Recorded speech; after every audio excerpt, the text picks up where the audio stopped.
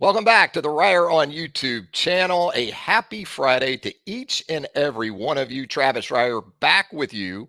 Hopefully, you and yours, if they were in the path of Hurricane Helene here in the last 14 to 20 hours, have worked through that event as well as could be hoped. And certainly, secondary to that major weather event, we've got another big weekend of college football upon us. Alabama, Georgia, one more time. The Crimson Tide and the Dogs set to serve as the centerpiece for college football on Saturday night.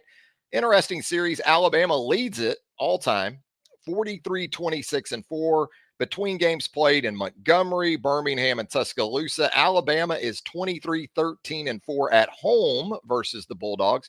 You go back a century and you'll find games between these two played on an annual basis in Birmingham. And at about that same time, you'll also see that Georgia hosted this series on occasion in Columbus, Georgia. So it's certainly a series that's been around the block.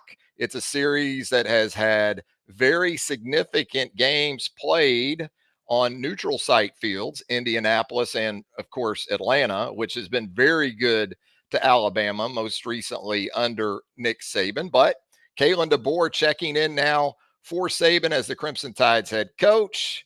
Feels like a new starting point in some ways for this rivalry.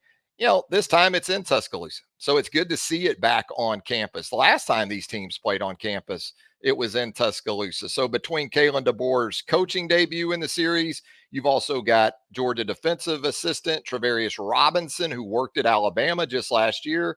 You've got a former Georgia linebacker and Christian Robinson that is Alabama's linebackers coach these days. Plenty of coaching storylines for this one, not just limited to Kalen DeBoer.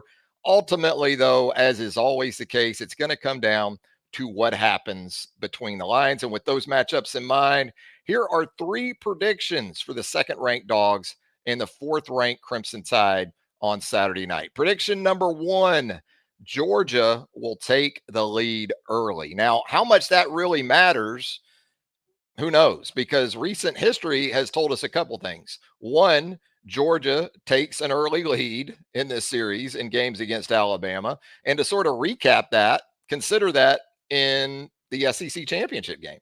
Just last December, the Dogs went up 7-0 in the first quarter. Looked like it might be a kind of easy afternoon in the ATL for UGA, but then Alabama proceeded to run off 17 straight points on its way to a 27-24 win at Mercedes-Benz Stadium. The 2021 SEC championship game, Georgia jumped out to a 10-0 lead, only to see Alabama close that one out 41-14. 2020 in Tuscaloosa, Georgia led 14-7 in the second quarter. Alabama, though, eventually closed out that game on a 24-0 run. 2018 SEC championship game, Georgia led 21-7 in the second quarter, led 28-14 in the second half before Jalen Hurts rallied the Crimson Tide to a 35-28 win in the SEC title game. Earlier that year, you had the college football playoff national championship game. Georgia, of course, led 13-0 at the half. On comes Tua Tagovailoa in the second half. Crimson Tide goes on with a big assist from that defense. I still don't think that Alabama defense gets enough credit for what happened that crazy night in the ATL, but the Crimson Tide shocked the dog in OT. The only meeting of late that didn't see UGA take the lead early was the 2022 college football playoff national championship game. Alabama went up early. Defensive battle, maybe a little bit of a blueprint for what we'll see in this one Saturday night. That was like a 9-6 game at the half, but Georgia used a 20-point fourth quarter to register its lone win in the series in the last 8 or 9 matchups. So, you look at it from the perspective of this season and kind of how these teams have started games. Alabama has outscored its first 3 opponents 35-6 in the first quarter and 77-9 in the first half. Meanwhile, in 2 games against Power 5 foes to date, UGA has yet to score a touchdown in the first half, totaling just 9 points in a combined 4 quarters of first half action in wins over Clemson and Kentucky. In fact, Georgia with just 33 first half points through 3 games. 24 of those came against FCS opponent Tennessee Tech in week 2. Again, Don't get excited either way by what happens early on Saturday night. This is a four-quarter matchup if there ever was one, and typically the data supports that. Up next on our predictions, expect both offenses to be confronted by long fields. Now, turnovers can obviously change all of that, right? You think about last December, big turnover on Georgia's own end that played a big role in Alabama being able to get that 3-point win over the Bulldogs. But I think this one, similar to last time, we'll go back to the punters. I mean, UGA's Brett Thorson comes in averaging 49.5 yards per boot. And of his 11 punts this season, 6 have covered 50 yards or more, and 7 have pinned opponents inside their own 20. Now, as for Alabama's James Burnip, he's coming off a career type of performance at Wisconsin. He boasts an average of 46.5 yards, and 8 of his 15 punts have traveled 50 yards or more, and 6 have come to rest inside foes' 20-yard line. Here's the stat, though, that really tells you everything you need to know about this one. Between the two teams, they've allowed just one punt return through 3 games for 4 yards. Georgia hasn't had a punt returned yet. So, net punting. I'm not worried about gross punting. I'm talking net punting. You got guys out there that'll average 49, 50 yards per punt, but then the net is in maybe the mid to high 30s because the coverage units aren't that good or they're getting hurt on return. So if you're thinking a big play in this area might be on the way Saturday night, it might need to come more so on a punt block than a punt return. And this one also takes us back to the ability to stay on the field, whether it's third down, especially when conversion plays roll around. And Alabama looks to be the more explosive offense of the two in this game. You still need to be able to sustain drives, though. And when Alabama needed it in the fourth quarter, the last time these two teams met, Jalen Milroe's legs were devastatingly effective, more so than even a year ago, too. It appears as if the new staff is fully willing and able to incorporate those legs into the game plan this time around. As for the Georgia offense, Mike Bobo's unit comes in ranked 13 in the SEC in third down conversions. The Alabama defense currently ranks first in the SEC in third down conversions allowed, surrendering a first down just 16% of the time in those situations. Surprisingly, to me anyway, a Georgia defense that has yet to give up a touchdown through 3 games is allowing conversions at nearly a 40% clip. A lot of that came the Dogs last time out. Kentucky was able to convert 9 of 16 thirds. Brock Vandergriff is a quarterback. He does have the ability to extend some plays, do some things with his legs. Maybe that's something that speaks favorably for what Alabama can do coming up on Saturday night. We'll see. Every week is different. Every week is different. Whenever fans ask me about, wow, did you see Georgia really struggle with Kentucky? Yeah, I saw it. I saw Alabama struggle with USF for 3.5 quarters.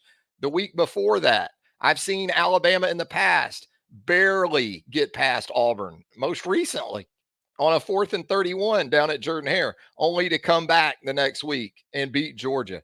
I saw 2020. People forget about this game, too. Alabama went to Ole Miss and got absolutely lit up by Lane Kiffin in the Ole Miss offense. And that entire week that followed, oh, no chance against Georgia. Heard this so many times going into Georgia games. And of course, Alabama wins 41-24 over Georgia. Every week is different. So if you're expecting that Georgia, you might be in for an unpleasant surprise. Perhaps there is carryover in this game. I'm just saying, more often than not, it's different, not just in terms of the team that we're focused on, but conceptually. Kentucky does some things defensively that Alabama doesn't do. So there's going to be some changes in that. Perhaps that leads to more favorable matchups for Georgia in this game than maybe even against Kentucky. We'll see. Personnel wise, you expect Alabama to be the better team. Now, with the potential for unfavorable field position throughout the night, both offenses will need more than explosive plays to dig them out of those situations. So that, again, third down and what happens when they reach the red zone will be very critical, no doubt about that. Finally, I'm going to go with the team with the most scrimmage yards from its backs will win the game. Now, that kind of goes back to what we were just talking about with sustaining drives and keeping the chains moving. Also, notice the use of scrimmage yards instead of rushing yards here. And also, the use of backs and not just running backs in making this prediction. This to me is more of an NFL stat when I talk about scrimmage yards than college football because, well, these teams are closer to NFL teams than they are, let's say, the vast majority of college football teams. So beyond Justice Haynes and Jam Miller, Jalen Milroe, an X factor for the Alabama offense. Perhaps there's something for a guy like Kendrick Law in that regard this week, too. We've seen a good bit of jet sweep action and orbit motion and those type of things with Kendrick Law. Maybe there's going to be more in the way of touches. And you look at Alabama in the SEC championship game last December, had just 114 rushing yards, but Jam Miller, if you recall, hit the Dogs for a 28-yard touchdown catch on a rail route. Roydell Williams added a catch for 9 yards. So between them, Miller, Williams, and Milroe amassed 200 scrimmage yards between receptions and runs before 4 sacks of Milroe were taken into account. Now, as for Georgia, Florida transfer Trevor Etienne is capable of changing the game in a way that James Cook did before him. Between his body type and his running style, true freshman Georgia running back Nate Frazier, for me anyway, brings former UA star Josh Jacobs to mind. Now, look, Georgia obviously going to have a big absence at the offensive guard position with elite interior OL Tate Ratledge out. I guess I kind of look at that like I would Alabama in a similar situation, in that in a lot of years, that would be simply a next man up situation. But it might be more like Alabama this year in that dropping down from either Tyler Booker or Jaden Roberts would signify a pretty significant drop off. We'll see. And again, this also goes back to situational football. Third down, maybe fourth down, red zone. Who's able to muster enough conversions for first downs and touchdowns when those key moments present themselves? And remember, you've got 2 very capable kickers in this game, too, in case it comes down to a situation like that. All these things will likely go a long way in determining the winner Saturday night. Something else before I get out of here that I fully expect is Georgia to immediately work the quick game to the perimeter, especially if UA is in off coverage. Now, can those corners and Huskies for Alabama set edges and get off blocks and make tackles? Again, Mike Bobo isn't a reinvent the wheel kind of guy as an offensive coordinator. So if he can get easy yards in any area, he's going to take it. Now, Alabama has been okay, I'd say, against the run through 3 games. Not exactly stonewalling, not dominant, not bad.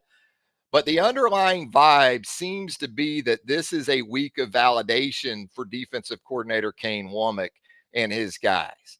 Or, as I call it, an Olin Mills moment, because, as we all know, you don't know how you look until you get your picture took. That's what Saturday night will be for Alabama and Georgia under the lights at Bryant-Denny Stadium. Hey, if you haven't subscribed to our channel as of yet, help us out. Hit that subscribe button right now. You see the notifications bell right there. Hit that as well. That way you're alerted to all of our content as it drops here on the channel. We would also appreciate a thumbs up. A like would help us out a good bit too.